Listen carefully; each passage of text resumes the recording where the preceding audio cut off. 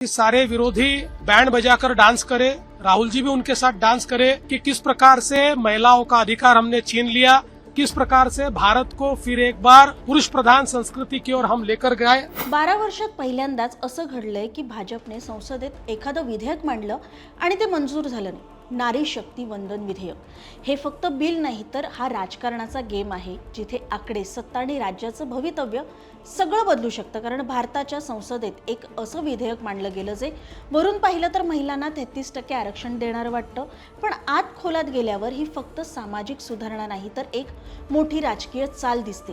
याच दुरुस्तीमध्ये एक महत्त्वाचा निर्णय घेण्यात आला की लोकसभा आणि विधानसभा जागा 1971च्या जनगणनेनुसार फ्रीज करण्यात आल्या। म्हणजे लोकसंख्या कितीही वाढली तरी जागांची संख्या 543 वरच राहणार।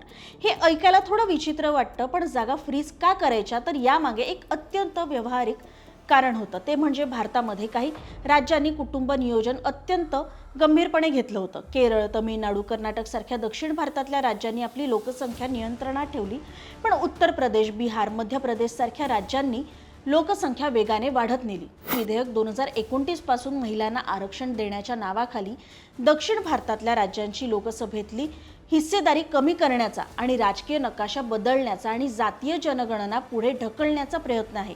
आता हा आरोप का करण्यात आला हे समजून घ्यायचं असेल तर थोडं इतिहासात जावं लागेल। पूर्ण व्हिडिओ बघण्यासाठी HBT मराठीच्या YouTube चॅनलला नक्की व्हिजिट करा।